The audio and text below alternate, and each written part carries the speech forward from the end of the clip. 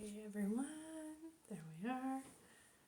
It's a bit of a rough angle here, so just give everybody a second to hop in.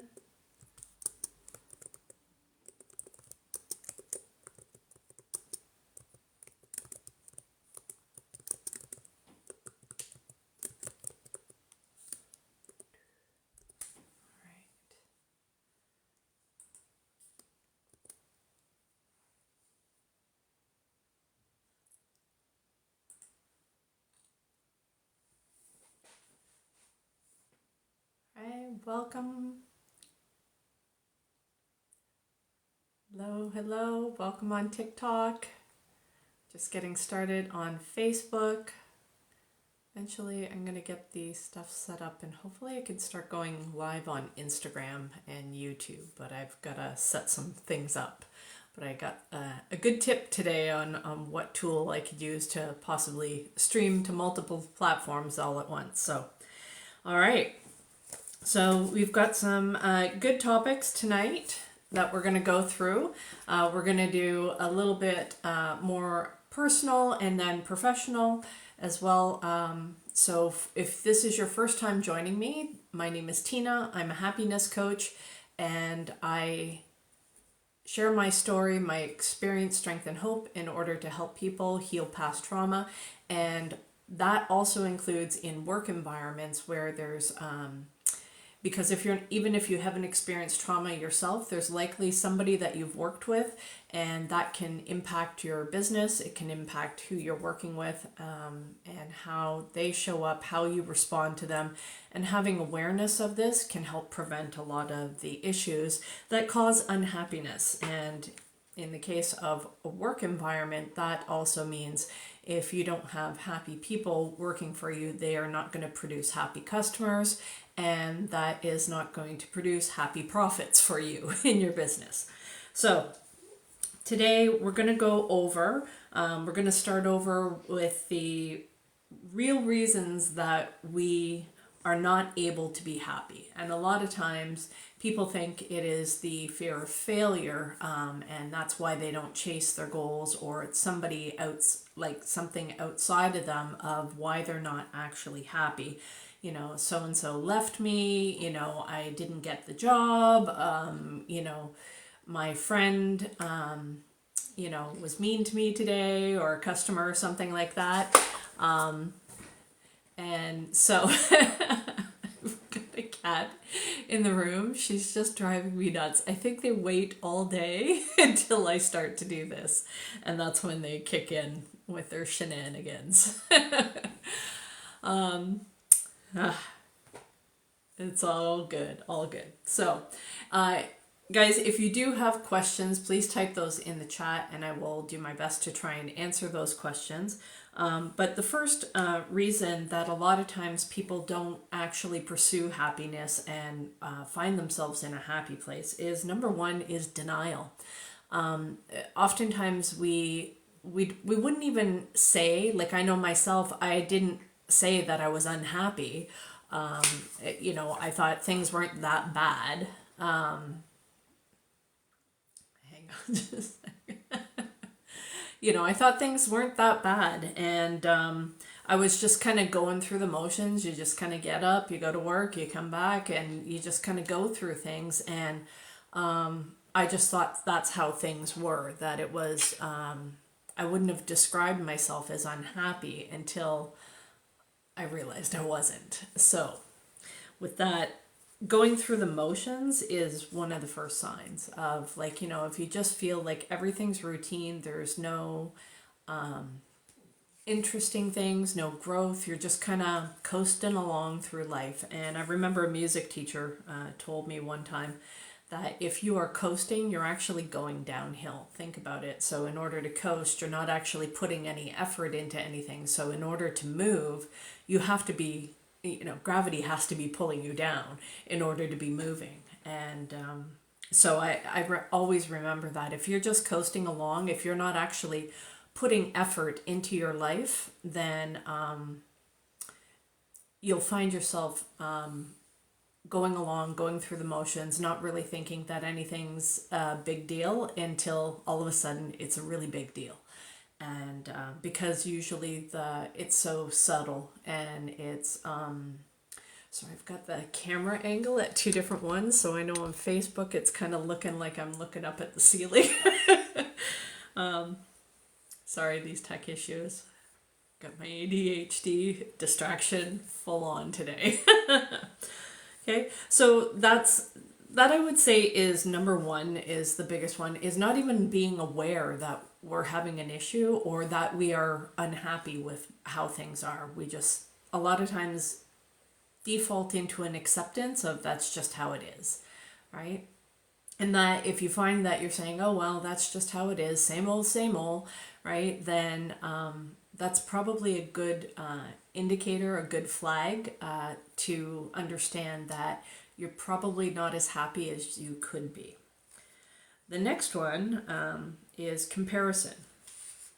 So they say comparison is the killer of all joy. In this case, it actually can be detrimental to you because you might be doing negative comparisons in the way of, well, at least we aren't as bad off as that family, or we're not as bad off as that job, or it's not as bad as where I used to be, so this is actually an improvement, so I should be happy, right?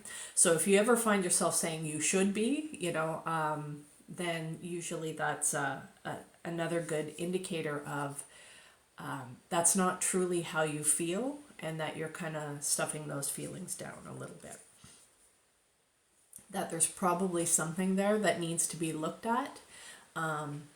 Otherwise, like I said, this will go along very slowly in slow increments, and then all of a sudden you'll be like, why don't I feel like I have any meaning in my life? Like, what's the point of everything? And all of a sudden, you do have some hard times that are a little bit more noticeable. And I think a lot of people went through this in COVID.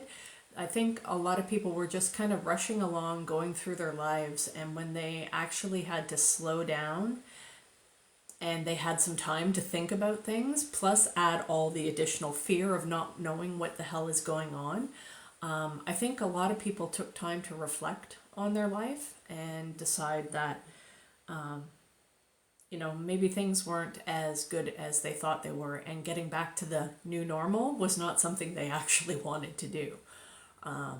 And I think it gave people the ability to see that there might be different options, that or that there were problems in their workplaces, in their relationships, where they lived, why they were living, what was the point of everything, nothing like death therapy to kind of wake you up and kind of give you that jolt to say, hey, you know what, maybe there's a little bit more to life. Maybe I could be happier.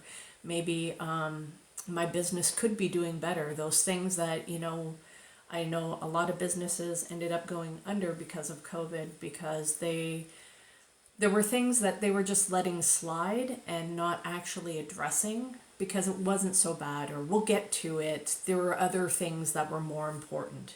So that ends up being another way that we can end up limiting our happiness and our quality of life, basically, is what it comes down to. Our quality of life, our quality of business, the relationships that we have, everything that's going on with us.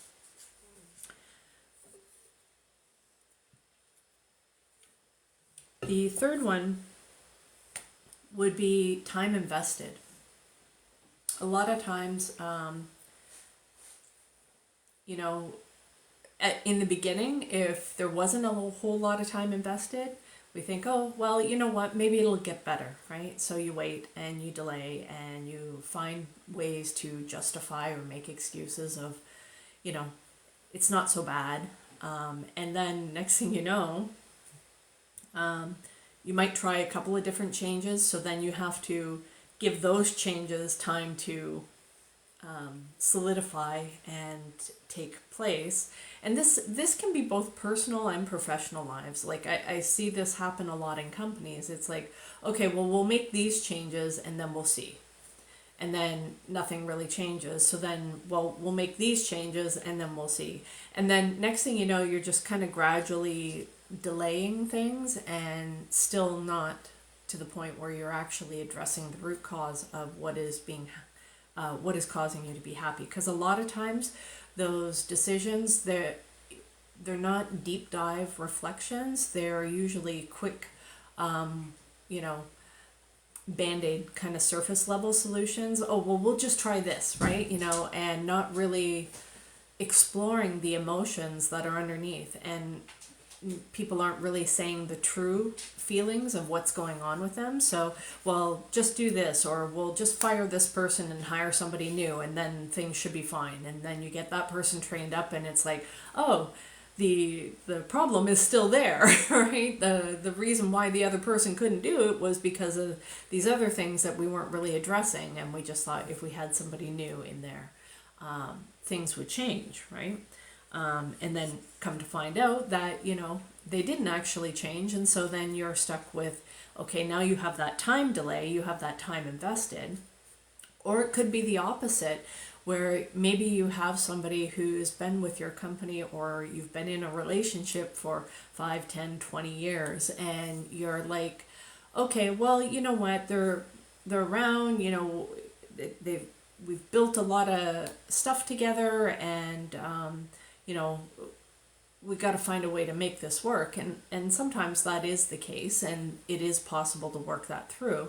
But not if you keep putting just band-aid surface level solutions and you don't actually dig down to what the root cause of the true problem is, without doing some of that deeper work, business-wise or relationship-wise, then you won't see a lasting change.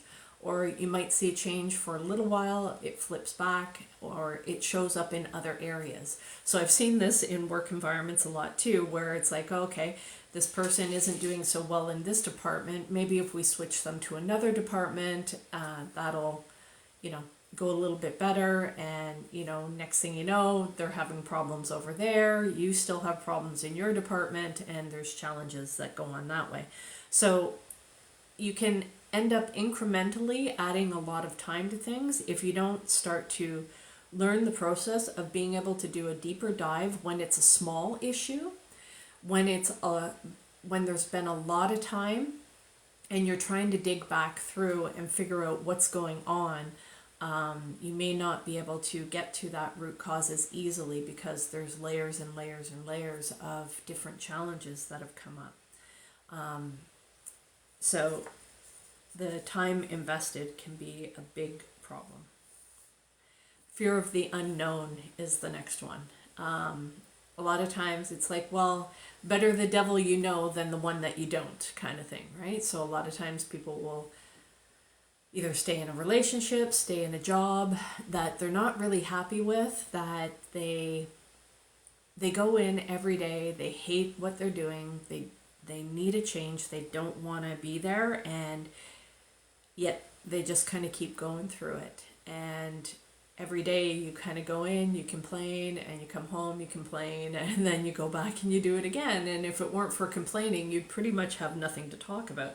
And it's funny because a friend of mine, we were actually going through a period where we were actually very happy with how things were, and there wasn't a whole lot going on. And we went out for dinner, and her and I, we were chit-chatting a little bit.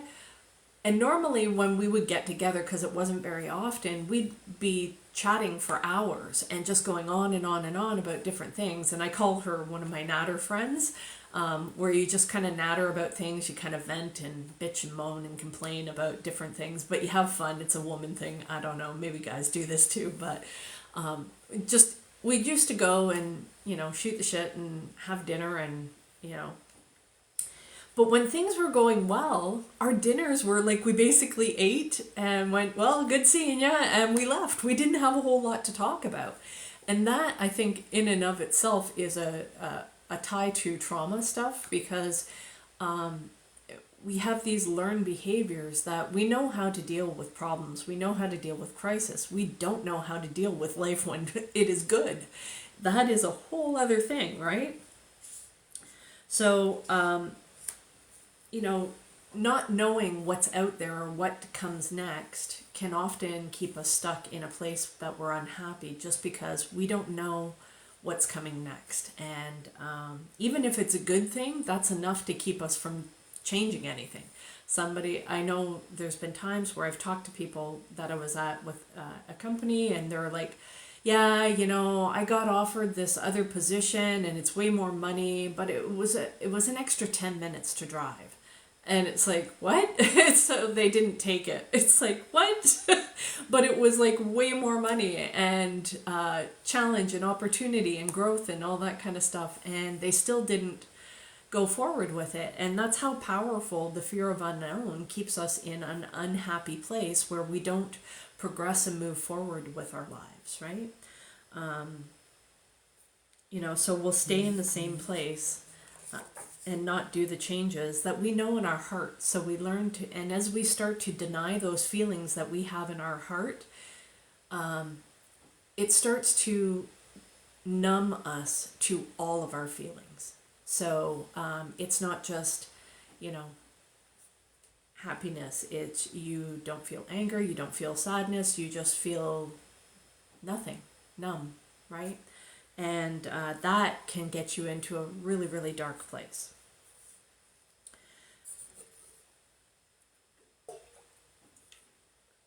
So the next one is oftentimes we'll delay our happiness. So I guess this ties in a little bit with the time one, but it doesn't matter what we do. It's like there's always that carrot on a stick leading us forward that we're never really happy. We don't really celebrate. We don't enjoy the journey. It's always telling ourselves, I'll be happy when this happens. And then that happens and you're like, okay, well, I'll be happy when this happens. And it's like, it's always moving the goalpost. You're never in that same place. You're never taking the time to actually work on being happy. And happiness, actually, you have to practice being happy. And you need to find different ways of incorporating that in your day-to-day life, in your business as well. And one guarantee that you will not be happy is if you do not have an environment that you can actually communicate your truth. So if you do not feel comfortable that you can actually speak up and talk about what is truly going on with you, and if that's because of past trauma, maybe in the past, if you spoke up and you said things, it wasn't heard, it wasn't listened to, it was used against you, it became weaponized. Any of those kind of things can prevent you from actually speaking your truth, and then that just you do, and it gets turned against you, and you're like, well, why did I even bother, right? And then you get further traumatized and you have proof from the original trauma. So it just solidifies that wound even more, and it keeps us crippled, it keeps us unhappy, and it keeps us from being able to grow and move forward and be able to chase after the things that truly fulfill us. I swear to God, my cats.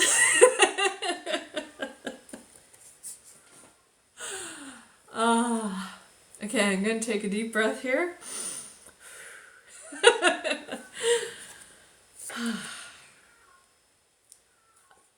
I must be needing this for something. Maybe there's something that's going to be, this is building that patience and tolerance muscle or something like that. It must be doing that. She's just out there screaming her head off. Oh man. Okay. So here's the thing. I think that the truth about success and happiness and why we don't actually chase it, I don't think it's so much the fear of failure, because I think most of us are very accustomed to dealing with that kind of stuff. We know how to deal with it when somebody lets us down, when somebody lies to us, when somebody betrays us, when you are disappointed in things. Those tend to be things we already have coping strategies, mechanisms, and stuff that we deal with. they may not be helpful coping mechanisms like drugs or alcohol or, overeating or any of those kind of things. They may not be coping mechanisms that serve us. However, we have ways, and we're kind of like, yeah, there it is. But especially if you've grown up in an environment where there was abuse, violence, alcohol, neglect, sexual abuse, any of those kind of things, if you have any of the complex PTSD, or if you've taken the ACEs test, which I have 10 out of 10 on that. I don't like that I have perfect on that score of all the tests that you want to get perfect on. That's not one of them. So, but those kind of things, they end up affecting you, and you kind of get used to that's just how things are. So oftentimes it becomes extremely uncomfortable for us, and can often trigger panic attacks when we actually do get the thing that we want. There could be feelings of guilt or shame, that you were able to achieve a goal that you won and maybe somebody else didn't. Maybe you beat out a friend or something else like that, and you might feel bad about those kind of things. Somebody may come along and kind of go, well, must be nice. I've had a lot of those kind of things. So I know for me that brings up fear for me. It's like, oh, if I actually have something to show for my success, and this was one of the things that I did a little bit of work. I needed a whole lot more, but I did do a little bit of work initially. But it was around, I would always do this thing. I was living with my mom at the time, and I knew she was a single mom. She was tight for cash and stuff like that. So anytime if I bought new clothes or something like that, something new for myself where I had something tangible to show for the money, there were always little comments that were made of like, oh, where'd you get the money for that? Must be nice. Or, there'd always be some sort of thing, and I'd always have to have these defensive excuses as to why I had the thing that I did. And it's like, oh, I didn't really have the money, but I put it on a credit card, and like that justified it. So it's like, oh, it's okay that I went into debt to get this thing, because otherwise I wouldn't have been able to afford it. And I think that kind of set me up for some really bad money habits that I probably have to look at a little bit deeper. Of just not having things to show for the money. And as long as I had my bare minimum necessities met, then I was supposed to be good. I remember having a fight with my mom. We were buying back to school clothes, and I wanted a jean skirt. And it was something that was really popular, and I really wanted that for the first day of school because I knew some of my friends were going to be wearing theirs. And I remember a huge fight ended up happening, and, screaming and stuff like that of saying, well, you know what, when you're older, then you can friggin' buy your own stuff. And I think that planted a seed of I couldn't wait to grow up. I already couldn't, because I felt like being a grown-up, I would have more control over my life and the things that happened to me. And in some ways I did. In other ways, because I hadn't actually done or believed I had even been affected by past trauma. Because I got good grades, I was the kid with a good head on her shoulders, I had friends, I never brought them home because I never knew what the hell was going to go on at home. So I never brought friends home.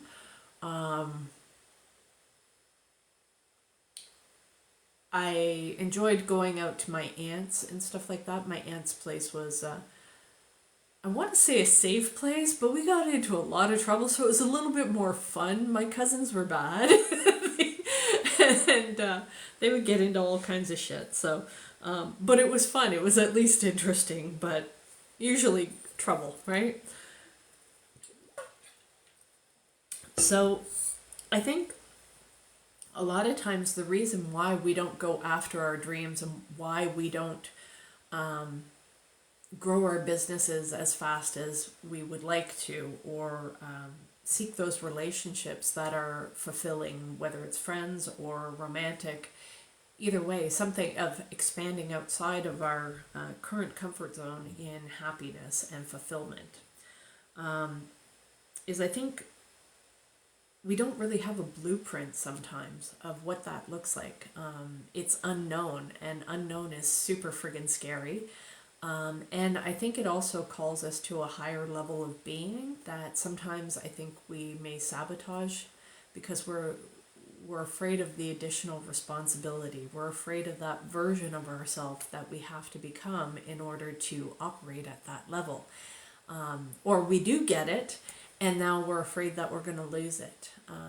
So those are some things of why we tend to avoid some of the things that we know will make us happy, but we don't want to do that. So we'll maybe do things for a little while and then revert back to old behaviors, or we'll put in a Band-Aid fix. I know we're in February now, so I don't know how many people have done the New Year, New Me and have canceled their gym memberships, or at least telling themselves they'll go back next week, they just need a break. And then Valentine's Day will come, and then you're going to eat chocolate and go out for dinner, and then you'll go back, at the end of February, and, those kind of things start happening.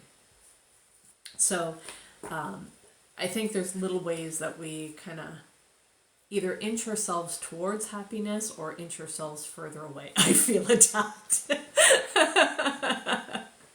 Sorry about that. So there's things that that we do that are within our control, that we can improve our levels of happiness by finding out what can we do today to bring additional happiness into our lives, so that we can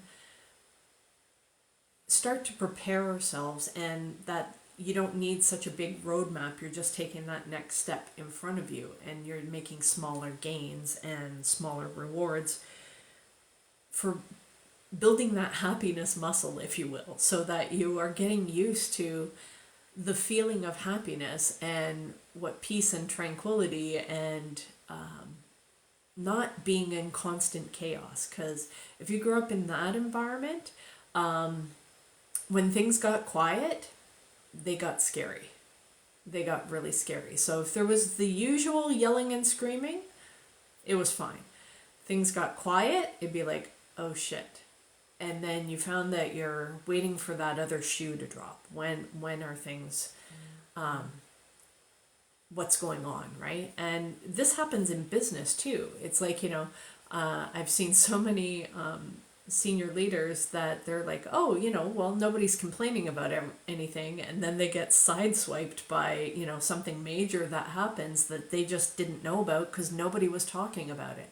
So just because there isn't a lot of chaos going on doesn't mean that there aren't some things that need to be paid attention to. And if you aren't actually actively cultivating a happy work environment, if you aren't actively cultivating a growth environment, and supporting the emotional needs of the people that you work with, if you're unaware of those kind of things, you're probably doing a fair amount of damage that you're not realizing. And it's costing your business money, it's costing your relationship, your health, your, friendships, all those kind of things. It costs you when you are unaware of what's going on. And usually the price, it's like, no different with your car. If you ignore that little sound that's squeaking away, and you're kind of just turn up the radio kind of thing. It's like, yeah, I'll get to it. It's like a little short on money right now, I can't do that, or I'll get it fixed next week, and then you forget about it, and then next thing you know, you have a major repair rather than something that could have maybe, a screw needed to be tightened or whatever. So those are some of the things, personal level, and how they apply in the work environment. Another thing I wanted to kind of go over today is excuse me. This is a little bit more work related kind of thing, but I think the reason why I want to address the work stuff is because so often we spend so much time at work that I think it's really important for us to ensure that we are working in a happy environment, because we bring that home with us. Even if you work from home, you're still bringing that home with you to your family environment. And the thing is that you can also have it, if you're a little bit more altruistic, that you can have a huge impact on people that you work with by maybe they never had healthy examples of, how to set boundaries or how to speak up for themselves and stuff like that. That you maybe take for granted and just assume is commonplace. Maybe you didn't have a fucked up childhood like mine. But seeing examples, because part of the problem of growing up in that kind of environment is you don't even know what's possible. You don't know what to ask for. You haven't seen that example demonstrated for you. So seeing healthy relationship interaction, seeing healthy conflict that doesn't turn into a fist fight is friggin' groundbreaking. It's like a miracle. It's like, what the hell just happened? That's like magic. Nobody flipped a table or threw a chair? What the hell? Those kind of things. So we have the ability to be a force of change for good and start being able to possibly heal families at home that you don't know what's going on behind closed doors. Because I can promise you, nobody knew any of the struggles that I went through. They would think that I was fine, that I was happy, I was smiling, I was laughing. I knew how to play happy. Why? Because if I was miserable, then there were consequences for that at home. It's almost the give you something to cry about, right? But you couldn't be too happy either, right? Because if you were too happy, well, then we got to tone it down a notch. So it's like that constantly made me adjusting and adapting is a great coping mechanism for being able to survive a traumatic environment. But one of the drawbacks of it as an adult in a work environment where they expect you to speak your mind and have a thought of your own, if you're programmed to look and figure out what other people want rather than asking what you want, or you're not going to ask for that raise, you're going to settle with whatever they give you, or if you do and they give you a little bit of pushback, you may not fight back with it, because it's like, well, I know I learned when I was growing up, if I asked more than once, then I was really going to get it, right? So I never chanced it. So I didn't take chances, and I just assumed that if I worked hard enough, if I did the right things, things would be seen, they would be appreciated, and that wasn't the case all the time. Sometimes it was.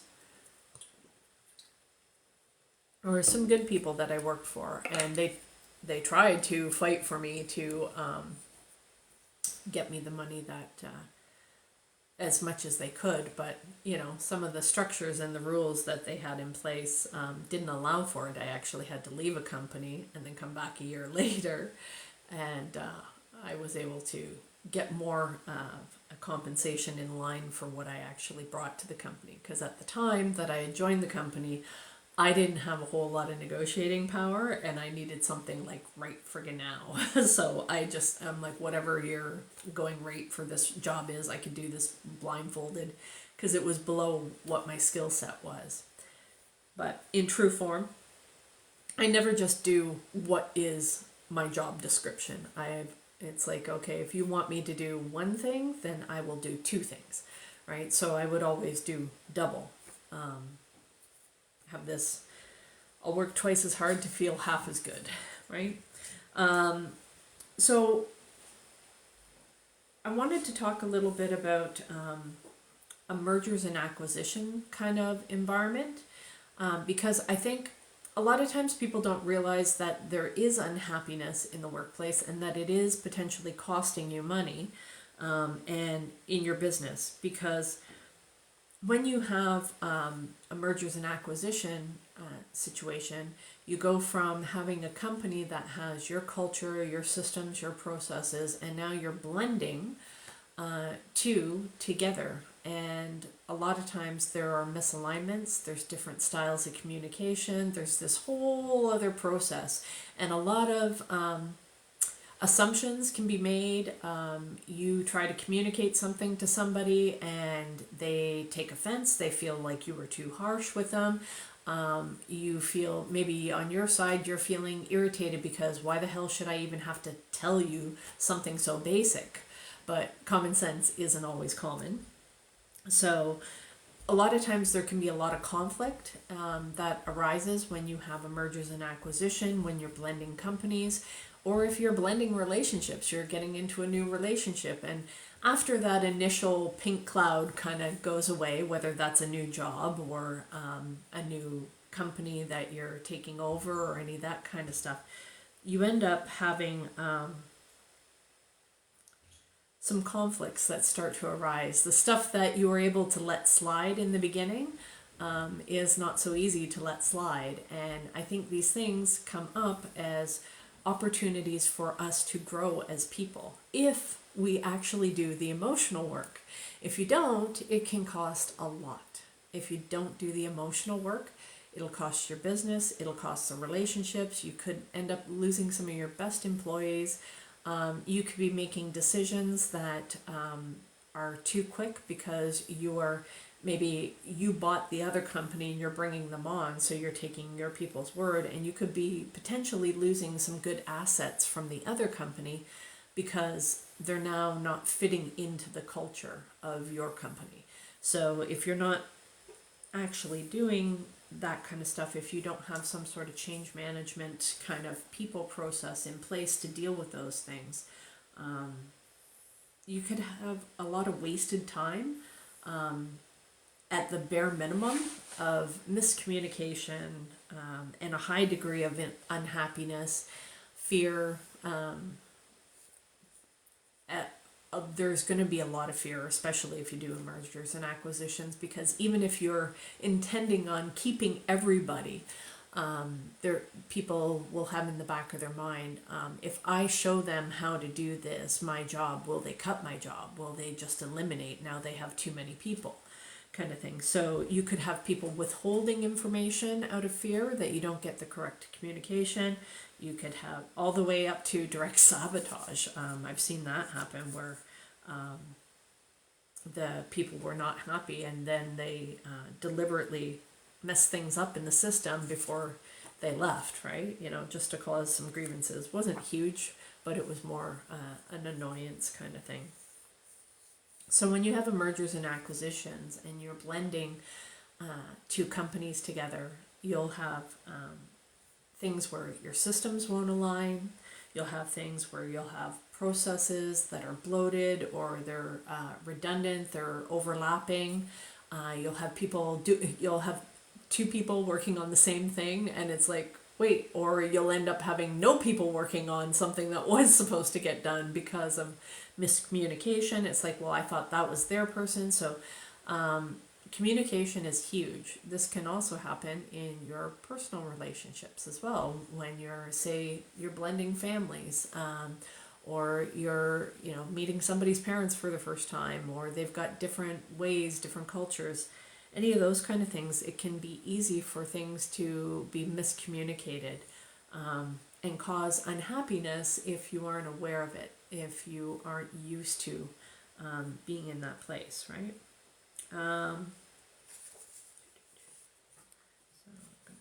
Cover that. So we had this is funny too. So one of the companies that I worked at, there's the expectations, what you think's going to happen, and then there's what actually happens. And if you haven't done that inner work, it can cause a lot of conflict, a lot of fights, and a lot of unnecessary pain. So we had a program where new graduates would come in and they did an apprenticeship. And they would come in almost like all glassy-eyed, pink cloud. They've drank the Kool-Aid. They're ready to learn their new skills that they learned in school. And then we throw them in a real transportation dispatch kind of warehouse environment, and they're like, yeah, all that shit that you learned in school, throw it out the window. It's not what we actually do. So they would come in trying to do all these different things, and oftentimes they would be in for a bit of a culture shock of, that's not how I do it? Oh, okay. So then how do we do it? And learning those differences and being able to communicate those allows for a lot more happiness, less conflict. And it's funny because the new grads, they'd come in and they'd be like, yeah, like they'd work so hard trying to show their skills, which was very cute and adorable. But, you know, if you have a veteran that comes in and they're kind of looking and they're like, oh, hell no, that's a friggin' shit show. I'm not doing all that work. You go tell Joe to friggin' start doing this thing that he's supposed to be doing. That's the kind of environments I ended up working in. It's like, you know, the people that have been there, they know the ups and downs, and they're not fazed by it. But somebody brand new, they think that they're eager to display their skills. No different than new sales reps. It's like, you know, I've got this script all memorized. It's like, yeah, welcome to the real world. You need to talk to people.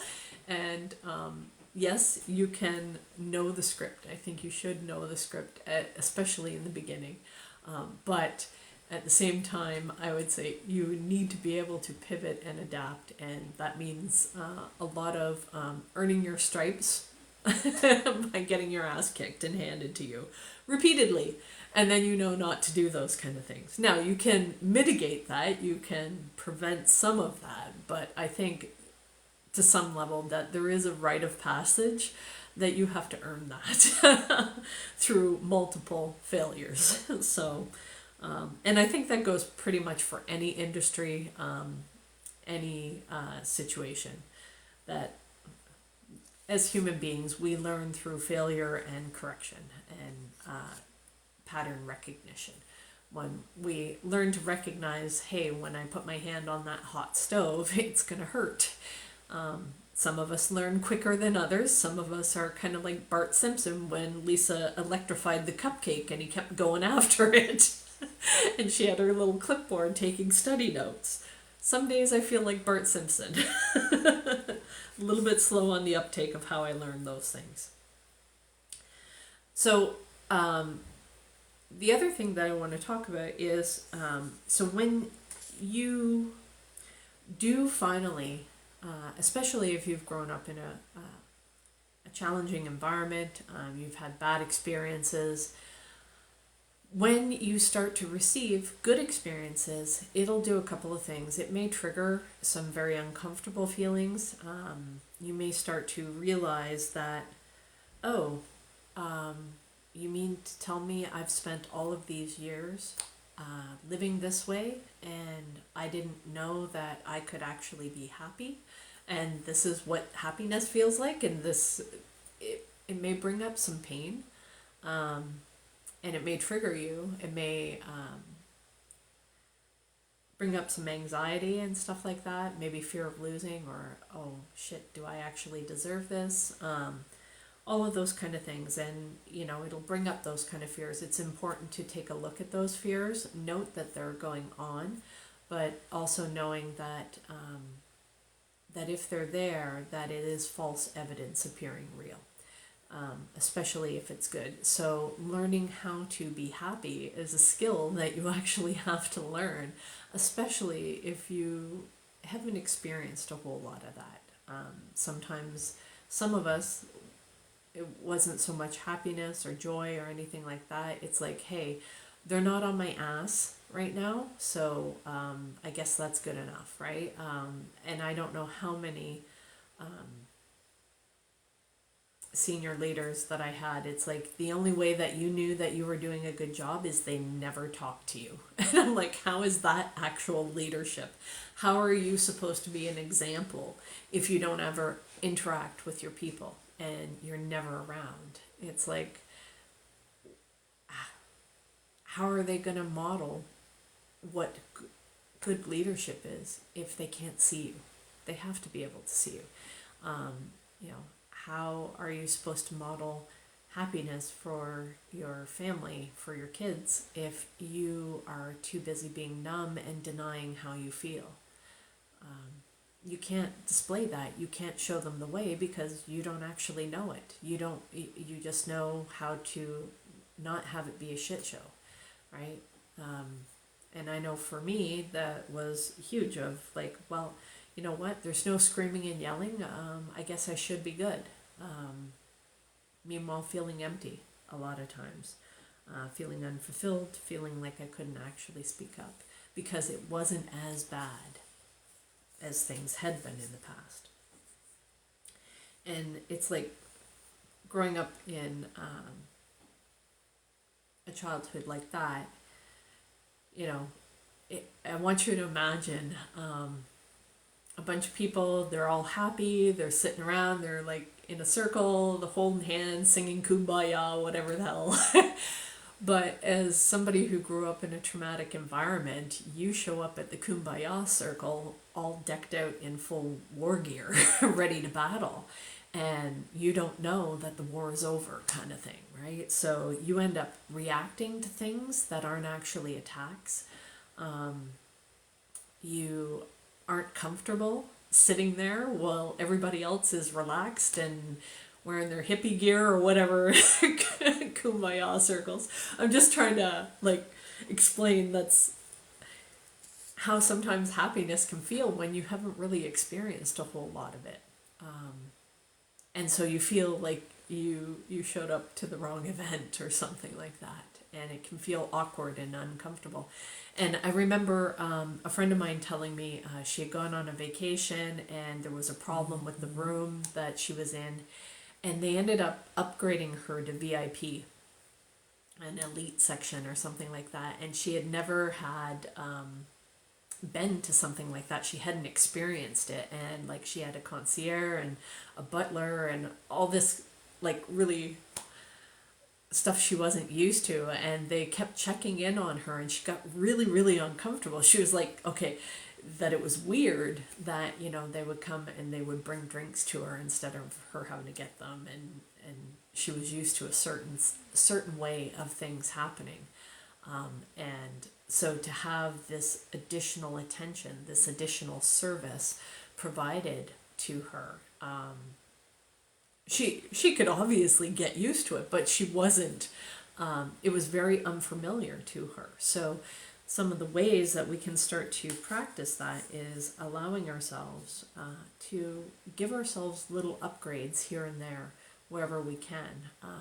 If you would normally skip something because that's too expensive, or you won't allow yourself to just even experience. It's like, if you had your wildest dreams all dropped in your lap right now, today, everything that you've ever wanted, you would probably have a panic attack. Or maybe that's just me. I know I would, because I think a lot of times the next thing you know, you're like, oh shit, this is actually real. Oh shit, I got the house of my dreams. I can't. It's like, imagine, you know, you're used to living by yourself. Maybe you're okay with some of your own mess, and all of a sudden you have unexpected company drop over, and you're like, oh shit, the place isn't clean. I got my clothes over here. I have stuff piled up. The dishes aren't done.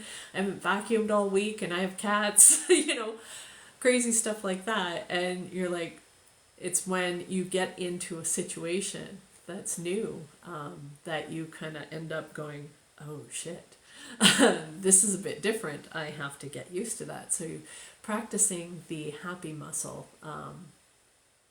and looking for ways to bring happiness and really sit in that. And when I say sit in it, I mean sit in it in that I actually deserve this. In fact, I deserve this and more. right? And working towards being the person that actually deserves that kind of life, that kind of happiness. Because when we think of it, it's like, okay, if I had everything that I ever wanted, okay, if your only condition, like my friend and I, when we'd go for our natter dinners, and but now you don't really have anything to bitch about. Do you know what you can talk about? If you didn't complain about anything for 24 hours, not one thing, what would you talk about? Would you be comfortable with that? Are you comfortable talking about your hopes, your dreams, your growth, your goals?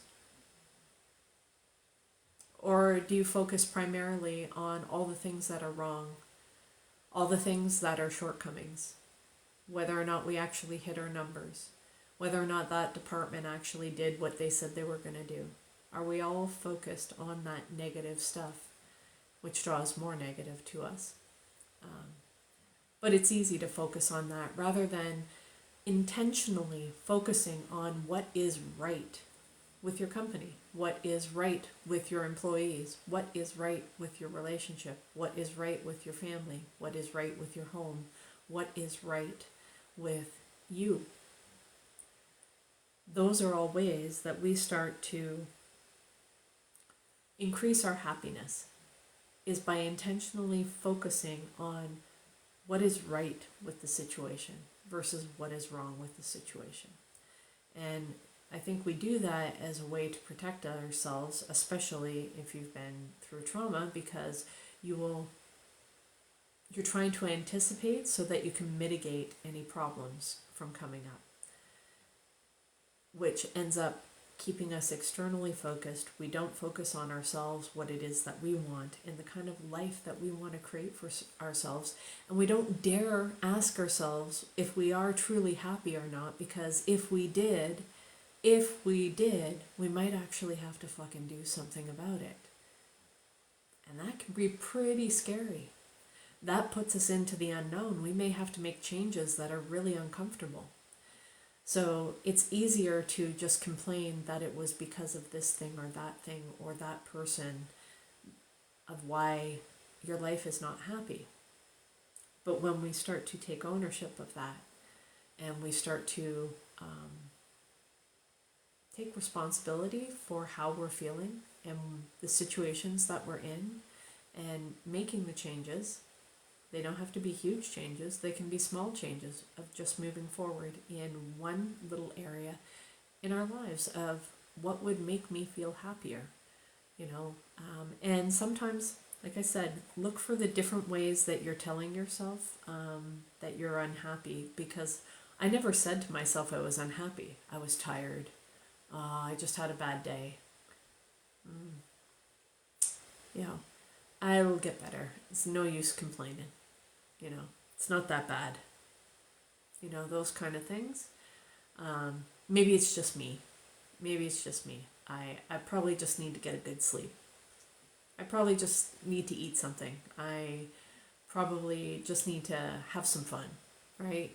Those kind of things. But a lot of times we keep ourselves so busy, we don't slow down enough time to actually reflect. And so when happy changes do happen, we end up acting like the maid on A Christmas Carol, when the Scrooge finally, realizes he needs to give more, and he gives her that coin and she thinks he's gone mad because she's so not used to receiving, right? So those are the kinds of things that we need to start looking at and start being comfortable in little ways, and we can start this today, of being happy. And what can we do to improve the happiness in our work environments, our relationships, with ourselves? And so, guys, I think that'll be it for today. If there's any questions, feel free to message me. If you need help assessing, ways that you can actually be happier, whether that's personally or in your business, then message me and let's have a chat and see if I could possibly help. Okay? I will be uploading this video to YouTube, so if you kind of jumped in a bit late, you can check that out within the next 24 hours on my YouTube channel. It's Coach Tina B 125. Okay? Alright guys, I hope you found this helpful, and wow, I got over 1,000 likes. Thank you so much. That's pretty cool. I just noticed that. I was so focused on everything. So thank you so much, guys. I really appreciate this. If you did find this helpful, I encourage you to invite a friend to come again tomorrow. And yay me, I'm going to celebrate and be happy that I wasn't an hour late. I was going to say I was on time, but I think it was like 9:01 when I logged in or something. But like, that's pretty good considering I think it was after 10 when I logged in last night. So on time, 9 p.m. Eastern Standard Time. I'm improving that. I'm getting better. So that's when you can reach me here, and we will see you again tomorrow. Take care, guys. Bye.